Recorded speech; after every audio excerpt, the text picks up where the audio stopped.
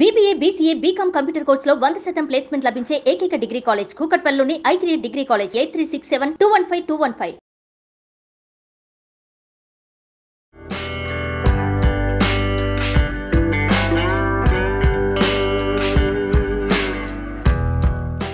నమస్కారం. మనం రకరకాల రోటి పచ్చళ్ళు చేసుకుంటున్నాం. కొత్తిమీర పచ్చడి చేసుకుందాం. కొత్తిమీర పచ్చడి ఎంత బాగుంటుందోనండి, తొందరగా కూడా అయిపోతుంది. జస్ట్ దీన్ని బాగా జాడిచ్చి ఇసుక లేకుండా కడిగేసి బాగా పెద్ద పెద్దవిగా ఉన్నటువంటి కాడలు ఉంటాయి అవి తీసేసి వేలు తీసేయటం, జాడించేసేయటం, ఓ బట్ట మీద ఆరబడేయండి. ఒక పావు గంట సేపు ఏదైనా బట్టలో చుట్టూ పక్కన పెట్టేస్తే చక్కగా ఆరిపోతుంది. ఇది కొత్తిమీర, పచ్చి కొత్తిమీరే చేసేసుకుంటాం. పుదీనా కూడా అట్లాగే చేసుకోవచ్చు. వేయిస్తారు కొంతమంది, వేయించింది బాగా నిలవ ఉంటుంది. మనకి ఫ్రెష్ పచ్చడి హాయిగా అన్నంలోకి బాగుంటుంది, దోశల్లోకి బాగుంటుంది, చపాతీల మీదకి బాగుంటుంది, బ్రెడ్ మీద స్ప్రెడ్ చేసుకోవడానికి కూడా ఎక్సలెంట్గా ఉంటుంది. కొత్తిమీర కడిగి పక్కన పెట్టాం. కొత్తిమీర కడిగేటప్పుడే కొంచెం, ఇప్పుడు ఇంత మాత్రం కొత్తిమీర అనుకోండి, అంత ఉంది కదా, దీనికి అంత చింతపండుని వేడి నీళ్ళు పోసి నానబెట్టి పక్కన పెట్టండి. ఈ పచ్చడికి ఆ మాత్రం బెల్లం కావాలండి. మీరు ఎంత చింతపండు వేసారో అంత బెల్లాన్ని పక్కన పెట్టుకోండి. ఓకే, పచ్చిమిరపకాయలతోనూ చేసుకోవచ్చు, ఎండుమిర్చితోటూ చేసుకోవచ్చు. సగం సగం వేసుకుందాము, పచ్చడి లూజ్గా బాగా వస్తుంది. సో స్టవ్ ఆన్ చేసి పెట్టాను ఆల్రెడీ నేను. ఒక చిన్న తిరగమాత పెట్టుకుందాం. చింతపండు హాట్ వాటర్లో కొంచెం వేడి నీళ్ళల్లో వేసి నిలవ ఉంటుంది. లేకపోతే ఇది ఎండాకాలం కదా, ఆ చింతపండు తడి తగిలేసరికి సన్నీళ్ళు తగిలితే పాడైపోతుంది. వేడి నీళ్ళలో వేస్తే నిలవ ఉంటుంది. ఇది బేసిక్ రూల్స్ అండి ఇవన్నీ. అవి అలవాటు చేసేసుకోవాలి. నేను ఈజీ మెథడ్ ఏం చేస్తాను తెలుసా, కుక్కర్ పెడతాను అనుకోండి, ఆ కుక్కర్ మీద ఆ చిన్న గ్లాసులో చింతపండు వేసి కాసిన నీళ్ళు పోసి పొయ్యి దాని మీద పెట్టేస్తాను. శుభ్రంగా కాగిపోతాయి. ఇంకా అదేం అవ్వదు, పచ్చడి బాగుంటుంది. దాన్ని మనం పులుసులోకి వాడుకోవచ్చు, చారులోకి వాడుకోవచ్చు, కూరల్లోకి వాడచ్చు, ఏదైనా పప్పులో వేయదలుచుకుంటే దాంట్లో కూడా వాడుకోవచ్చు. ఆ పూట వాడుకోవడానికి అది పనిచేస్తుంది. మిరపకాయలు కొంచెం తుంచుకుందాము. ఒక 4-5 పచ్చిమిర్చి, ఒక 5-6 ఎండుమిర్చి వేద్దాం. స్టవ్ కొంచెం వేడెక్కించండి. ఇందులో కూడా వెల్లుల్లిపాయలు లేవండి, చాయిస్ మీదే. బెల్లం వేస్తాం కాబట్టి వెల్లుల్లిపాయ అస్సలు బాగోదు. ఒకవేళ మేము బెల్లం వేయం అంటే కావాలంటే వెల్లుల్లిపాయలు వేసుకోండి. కొంచెం మెంతులు వేద్దాము, చాలా కొద్దిగా. మెంతులు ఎర్రబడ్డాక ఒక స్పూను ఆవాలు,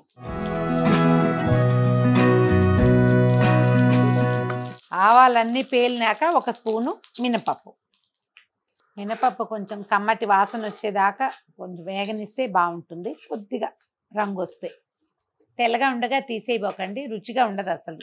పచ్చడి కూడా ఏదో వెగటు జిగురుగా ఉంటుంది. ఒక 1/2 డజను ఎండుమిర్చి వేద్దాము. ఎండుమిర్చి ఊరికే వేగిపోతుందండి ఈ రోజుల్లో మరీను. తర్వాత ఒక 5-6 పచ్చిమిర్చి కొద్దిగా విరిచాను.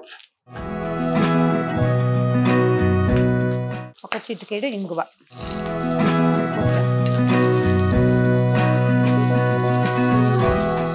స్టవ్ ఆపేద్దాము.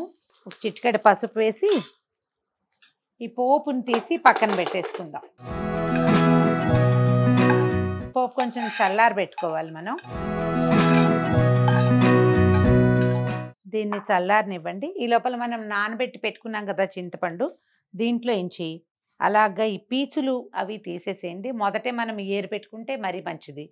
కొన్నిసార్లు నానితే కానీ బయటకు రావు. అప్పుడు ఏం చేయాలంటే కాస్త నానాక ఒక మాట అందులో చేసి అలాగా దీన్ని తీసేసి బాగా బరగ్గా ఉన్న పిప్పి తీసి పక్కన పెట్టండి. గుజ్జు తీసి పెట్టుకుంటే మరీ హాయి, లేకపోతే ఒట్టిగా దంచేస్తాం కాబట్టి పర్వాలేదు. ఇలా గట్టిగా ఉన్న ఏసల్ని ఏరేసేద్దాము. ఈ వేయించి పెట్టుకున్న పోపుని రోట్లోకి వేసేసుకుందాము. ఈ పైన మనకి గింజలు కనపడాలి అంటే, పోపు గింజలు కనపడాలి అలాంటి భావాలు ఉంటే పైన తిరగమాత పెట్టుకోవచ్చు. కాకపోతే మనం రోట్లో నూరేటప్పుడు ఏంటంటే మొత్తం అంతా నున్నగా కనపడకుండా గుజ్జు పేస్ట్ అయిపోదు కదా, కొంచెం పోపు కనపడుతూనే ఉంటుంది. కాబట్టి ఇక పై పోపు ఆలోచన చెయ్యనే వద్దు. అది మరి ఏదో బ్యూటిఫికేషన్ కోసం పైన వేసుకోవాల్సింది కానీ లేకపోతే అసలు అవసరమే లేదు.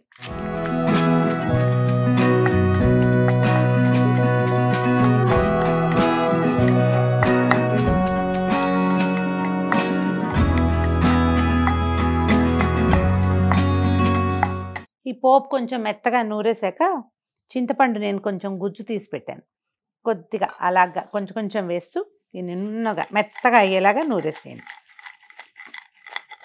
ఒకేసారి పోసేయద్దు, అది ఎగిరి కంట్లో పడుతుంది. ఇప్పుడు సరిపడా ఉప్పు వేసేసుకుని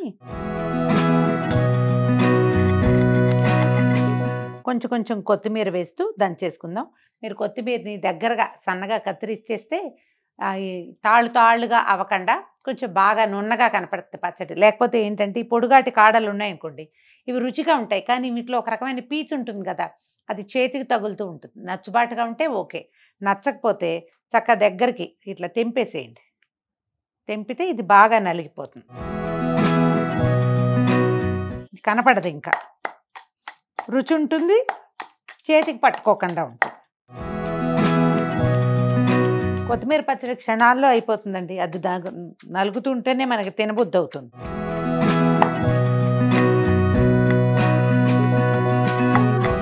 ఇప్పుడు మనం ఎంత బెల్లం వేయదలుచుకున్నామో ఆ బెల్లం కూడా వేసేసేయండి. నలిగిపోతే బాగుంటుంది. కొంచెం చింతపండు పక్కన పెట్టాను, కొద్దిగా అవసరాన్ని బట్టి వేసుకుందాం.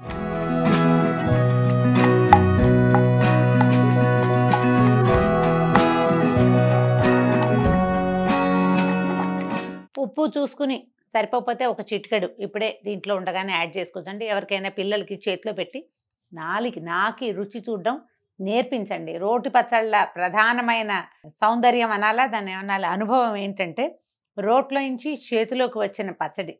ఆ రుచిని అనుభవిస్తే కానీ మనకు అదేమిటో తెలీదు. ట్రై చేసి చూడండి. మనమే నోట్లో వేసుకుంటే మనకు తెలీదు, ఎవరికైనా పెట్టాలి, వాళ్ళు చూసి చెప్పాలన్నమాట. చాలా తీసేద్దాము.